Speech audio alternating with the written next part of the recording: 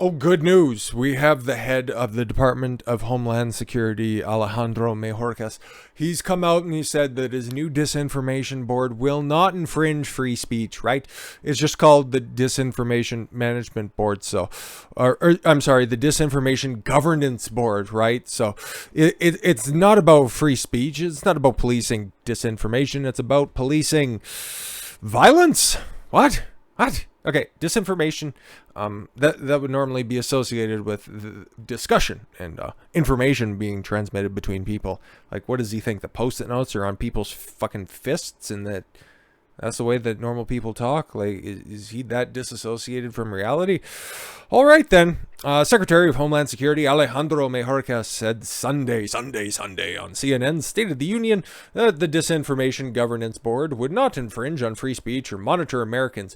Oh, I see why he made that statement. He's on CNN and he didn't want to continue to kick the retarded kid when they were down. So, you know what, hey, just assuaged any of their fears that, you know what, hey, maybe they'd be affected by this, because we all know what CNN peddles. Well, actually, you don't, because nobody's watching the bullshit.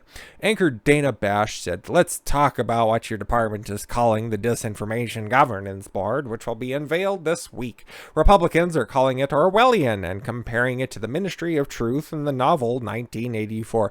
Can you please clarify why it won't be that, and that our new overlords and Big Brother will have our best intentions in mind at all time? Will it monitor American citizens? Mayorkas said, Dana, I'm very pleased to do so. It's clear, those criticisms are precisely the opposite of what this small working group within the Department of Homeland Security will do. And I think we probably will have done a better job of communicating it does and does not do. The fact that the disinformation that creates a threat to the security of the homeland is our responsibility to address, and this department has been addressing it for years. So exactly, do you want to tell us what the board's going to do? Well, we're going to tell you what we've been doing over the past few years. Okay, cool. That's great. He also added, so what it does, it works to ensure that the way in which we address threats, the connectivity between threats and acts of violence are addressed without infringing on free speech. No, we're just monitoring conversations, different threats and connectivity between threats. Oh, okay, cool. So we're just going to monitor speech, but it's not about speech at all. Protecting civil rights, civil liberties, and the right to privacy. Yes, exactly, because we're just going to monitor your speech in order to figure out if you're infringing on free speech.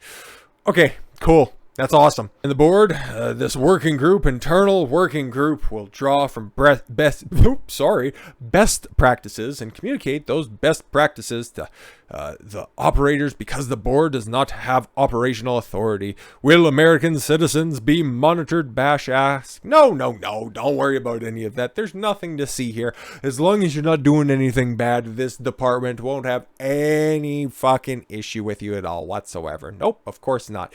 Definitely believe us, just like the NSA wasn't spying on you. Thanks, Ed Snowden. And don't worry, even Jen Psaki had to come out saying that defends the Homeland Security's Disinformation Board, says it first warnings went against smugglers during the Trump administration. See, don't worry. Hey, remember, we're setting this up so we can prevent anything bad like what happened under Orange Man. Captain Deflection. I'm glad that cunt is going to be gone soon. So, let's just see what the other side of this is, because you get the administration's line, don't worry, we're just going to surveil your free speech to make sure that you're not free speeching too much. So Newt Gingrich, okay, the guy who was last in charge of that huge red wave in the 1990s that overtook all of Congress and that just rendered the Clinton administration ineffectual. He might have some insight on this stuff. Disinformation Board, a total violation of the American Constitution. Mayorkas should be impeached immediately. Yeah, get in line with the rest of the officials at the Biden administration. On Monday, former House Speaker Newt Gingrich reacted to the Department of Homeland Security's creation of the Disinformation Governance Board that was created to fight what it deemed misinformation. Gingrich argued that the Disinformation Board was a total violation of American Constitution. Didn't you just hear what Mayorkas said about that? He said that they were just gonna monitor communications and acts of violence and stuff like that. It wasn't about monitoring American citizens or governmental infringement on your right to free speech. Nope, definitely not. Nope, couldn't possibly be that. First of all, this is a good example of big government socialism at work. Gingrich declared. Of course, he's on Fox News. He's been in the Republican Party for a long time, so of course he has a socialism counter. He always has to hit the said talking points. This is the censorship board. Yep, yes it is. Now, the First Amendment of the Constitution says you can't make any laws that affect free speech. So, Mayorkas, who I think should be impeached immediately, and the board should be defunded immediately, Mayorkas is essentially explaining that they are going to break the Constitution, exercise censorship, and that's what it is. Censorship, and we are supposed to trust their appointees, who are all left-wingers, to be fair and neutral. This is nonsense. I mean, these people are crazy, and I think we need to understand what they're trying to do is a total violation of the American Constitution.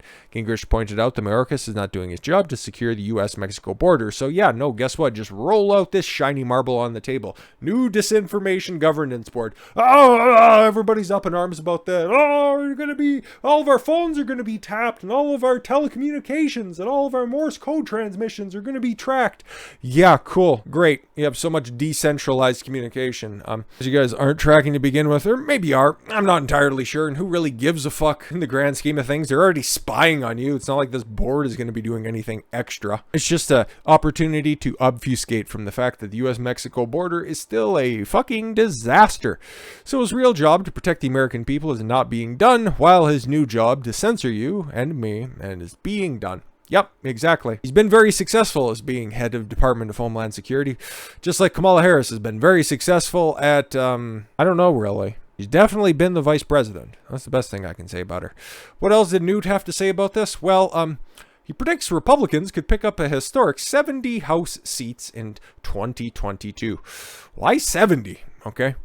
This was in the same interview with Fox. Former House Speaker Newt Gingrich predicted the GOP could pick up around 70 seats in the House of Representatives during the 2022 midterm elections, as Democrats have increasingly sounded the alarm about their prospects and continue to fail. Every single head of every fucking department. Mayorkas with the DHS, okay.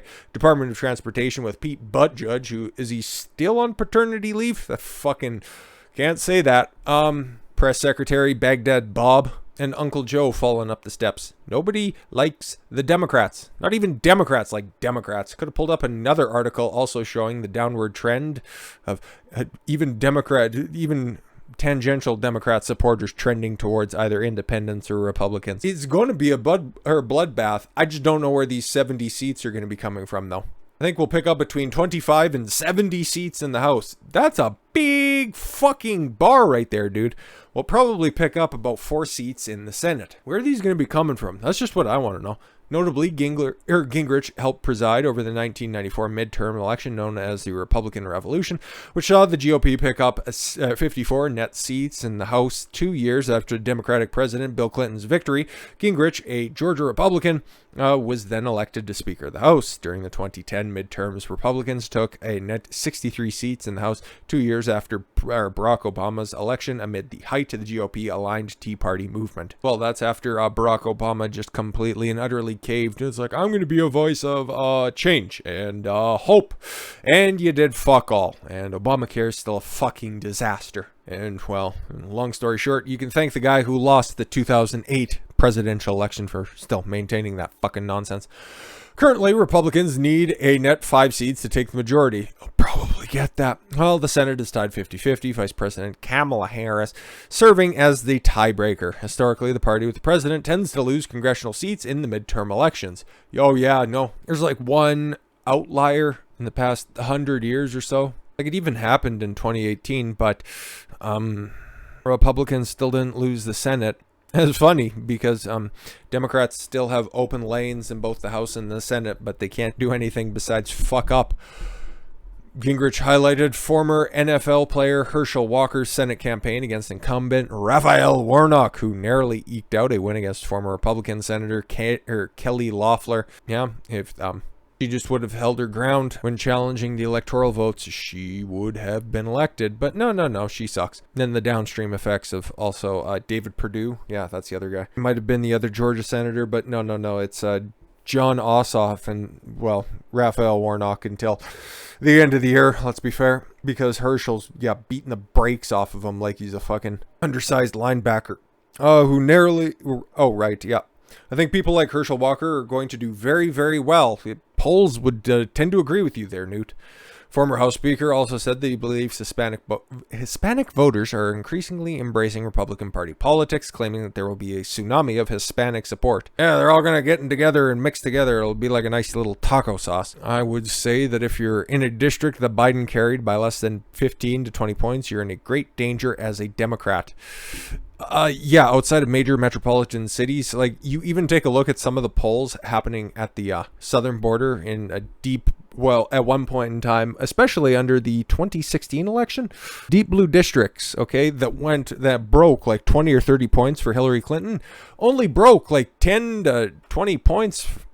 Just take a look around the Rio Grande. It only broke that much for Uncle Joe.